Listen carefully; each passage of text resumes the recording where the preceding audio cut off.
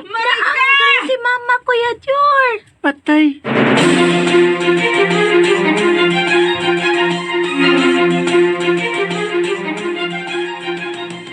Grabe ka, Jor.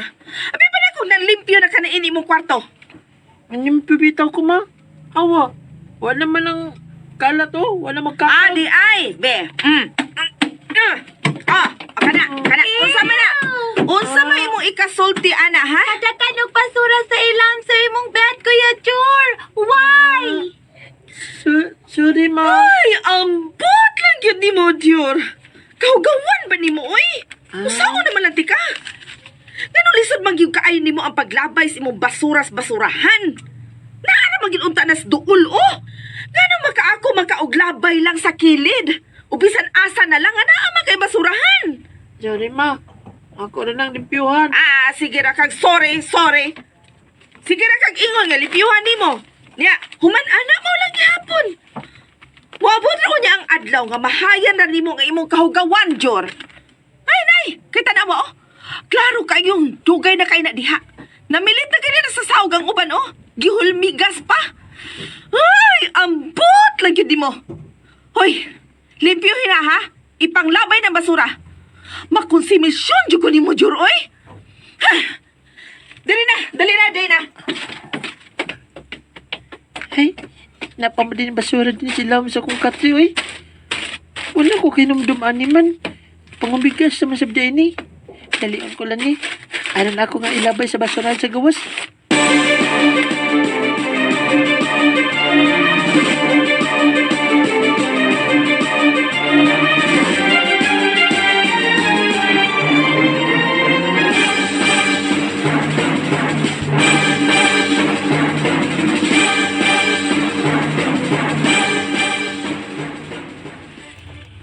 Doon na tayo problema ron din sa landfill bay.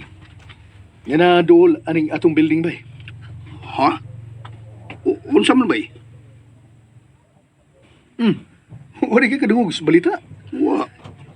Nga daghang nang reklamo nga mga residente din sa dool. Kay medyo delikado naman. Oo. Nakadungog ko na bay. Taas na ba kilang bukid sa basura diha? Mauling. Kabantay ka na. Nya, naarabata sa dool may mutang. MGB. Oh, ano si MGB? Maugid bay. Malagi. Unsa may balita? Aksyonan ka na nilang problema ha bay? Mao ganin ang issue karon. Kay taod-taod naman. Gadunay reklamo ana. Pero angtod karon. Kabantay ka? Wa maksyon eh. Nya, delikado ra ba kuno kayo kana? Simba ko mo collapse. Dako gyud og kadaot nga mahitabo.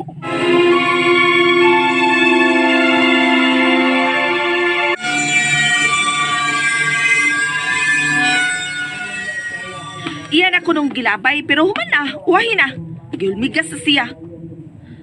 Ay, pos lamang nga nag-ilis kong biddings. Ako nila sa ding usbon ang arrangement sa ihang kwarto. Ipalhin ko niyang katre.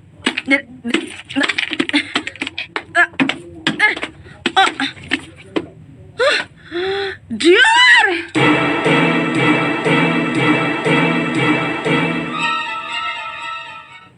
Si Mama. Diyor! Hala, naanggal si Mama, Kuya George. Patay.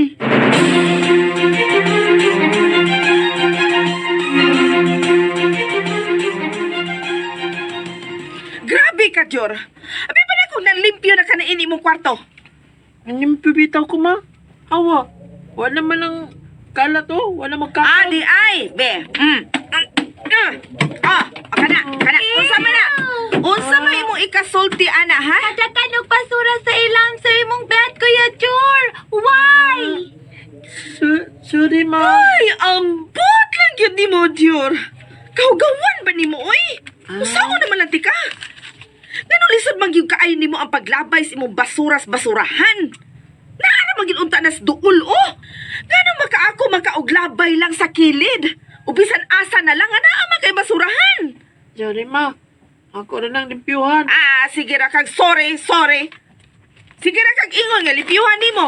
Nya, human ana mo lang gihapon. Wabot ra ko niya ang adlaw nga mahayan ra nimo nga imong kahugawan, Jor. Ay, nay! Kita na mo, oh. Klaro kayong dugay na kay na diha. Namilit na ganyan sa sahog ang uban, oh. Gihulmigas pa. Ay, ambot lang yun di mo. Hoy, limpyuhin na, ha? Ipanglabay ng basura. Makonsimisyon dyan ko ni mo, Jor, oy. Ha! Dali na. Ay, napamadi ng basura din si Lam sa kong katri, oy. Wala ko kinumdum animan. Pangubigas sa masabda ini. Dalian ko lang ni. Aron ako nga ilabay sa basura sa gawas.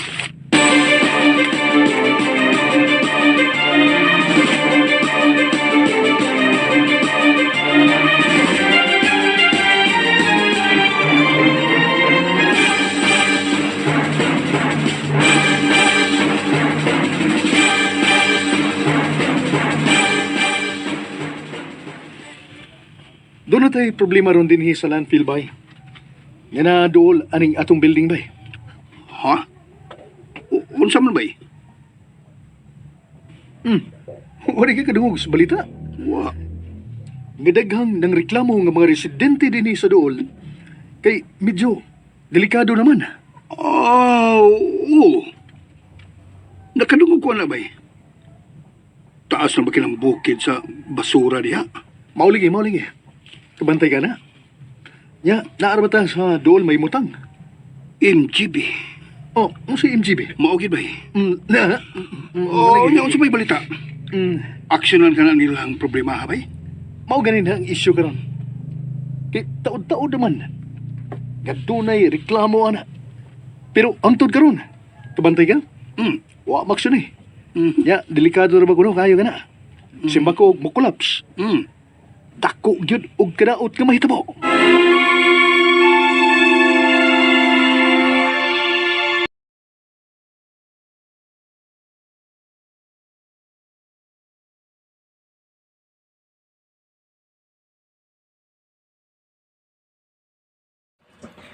And ayan guys, andungan ninyo ang mga asoy party.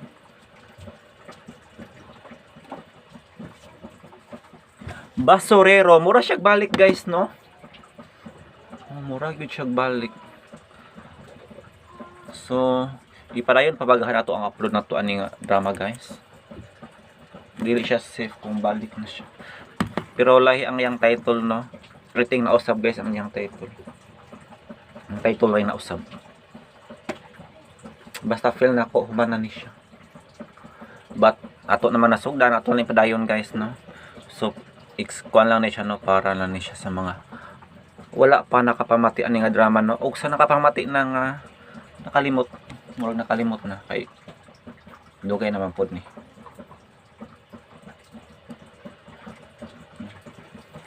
TV guys.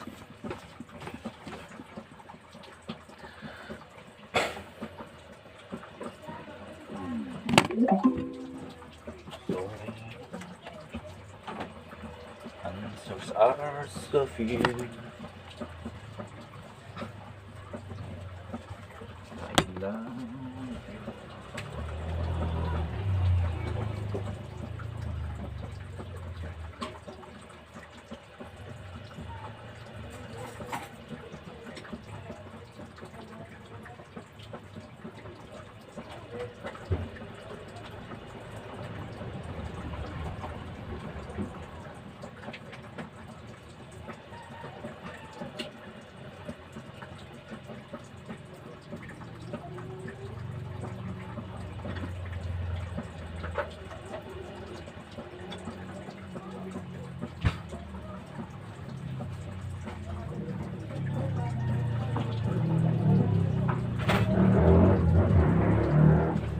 Nagluto kog sudan guys. Piner ito. Dahil sa ang buhay ni Ongbak. Naman eh.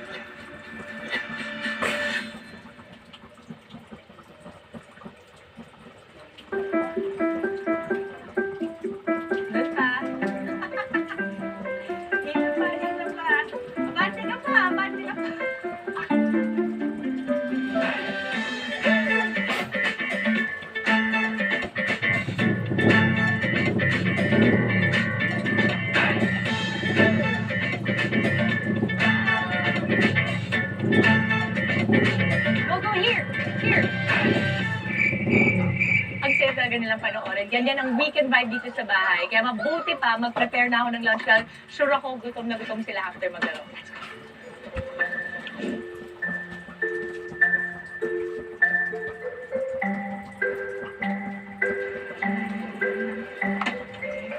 My love!